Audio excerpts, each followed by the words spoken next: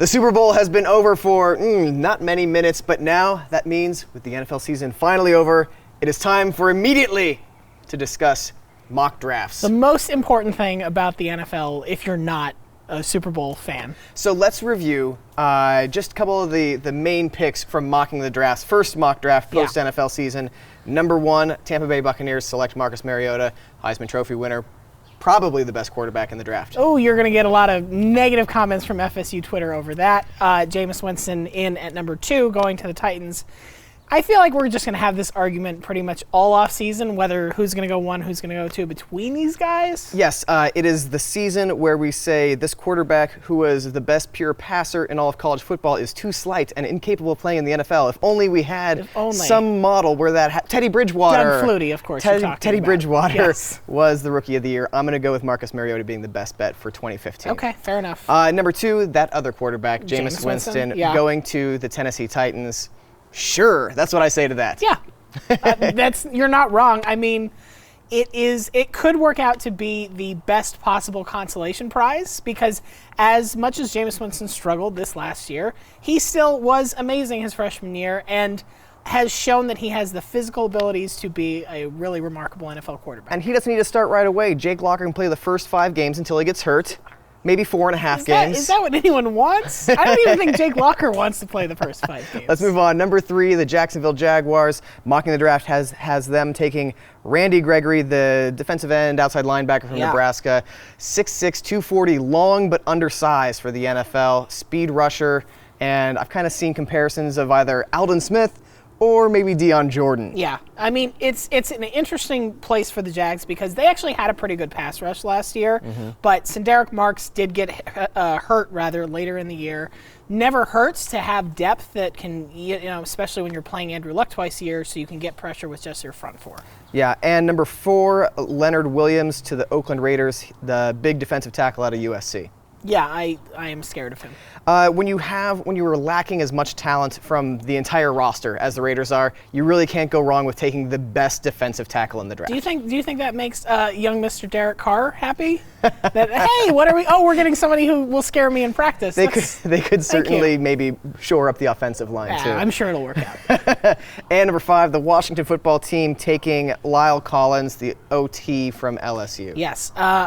Another team that could probably stand to protect its quarterback a little better. Sure, this is right around the space where I don't never feel good predicting what Washington's going to do with an early draft pick. They do now have a seemingly competent GM, so we'll see how that goes. Yeah. Mm-hmm. We don't have enough time to talk about every draft pick in this Mocking the Draft mock draft, but let's go to number 9, the Giants taking Amari Cooper. Yeah. Spending a second consecutive top 10 pick on maybe the best wide receiver in the draft. So this is really tricky because Amari Cooper, I think, is the best wide receiver in this draft. But if you look at last year's draft, you probably say he doesn't have that unique leaping and catching ability that a Mike Evans does. He's certainly not as otherworldly fast as Sammy Watkins. He's kind of like an A- at everything. But if you can say to Eli Manning, hey, we're giving you Odell and...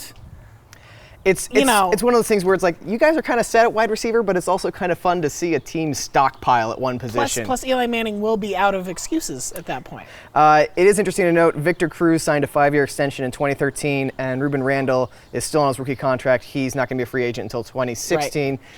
I would question maybe that actually happening, but it certainly would be fun. Would be fun, yeah. At number 14, Miami going with Danny Shelton, the defensive tackle from Washington. He's 340 pounds. That's a big boy. And he plays that role where he sits in the middle and occupies 2 blockers. But unlike a lot of guys who does that, it doesn't just end there. He can get rid of those blockers and get to the quarterback, get to the running back. He is very athletic for a very big dude, and he still has some work to do at the next level, but he is the kind of guy who you say, yeah, you put him there, and it makes like 5 other guys' job so much easier. And of course, Dolphins 24th in rushing yards allowed last year. Certainly could stand to shore up that defensive line on the interior. Absolutely. 15th overall. This one was curious to me. The Niners going with Dorial Green-Beckham, wide receiver. I mean, the Niners with such a sterling record of dealing with troubled young men who can't seem to... No, this is not great in that respect, but I don't really know. In the same way that Amari Cooper is kind of an A- at everything, DGB is the kind of player who is potentially an A++ at a lot of things, except we haven't even seen him play in a year. So, I mean, it's an interesting pick in terms of potential. You do have to wonder if this is the year where you want to take a wide receiver with a history of allegations of domestic abuse. Yeah, it doesn't feel like the greatest choice. The sort of fantastic talent that you see falling into later rounds because of those questions. Yeah. Let's head towards the end of the first round at 26.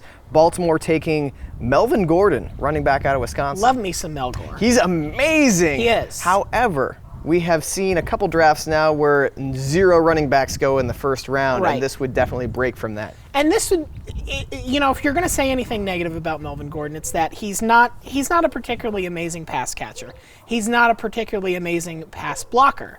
And it does feel like to be a top-tier running back right now who's worthy of that kind of pick, you have to be able to do more than one thing really well. That said, the one thing he can do really well is freaking amazing. Averaged well over 7 yards a carry his last 2 years. Is very, very scary weapon. And certainly a position of need for the Ravens, although they do have a history of always just drafting an underrated but amazing defensive player at the end of the first round. Maybe they'll just move him over to defense. Melvin Gordon. I'd watch that. Pro Bowl cornerback. Let's talk about one more pick. At number 30, Green Bay taking Benardrick McKinney, middle linebacker out of Mississippi State. Yeah, he's definitely the kind of guy you look at and say he can be really solidify defense, but he's not going to be the standout necessarily. He's not going to be a Brian Urlacher, the kind of guy who makes all the highlight plays, but he's almost always near the ball. He's 6'5", very fast, very long.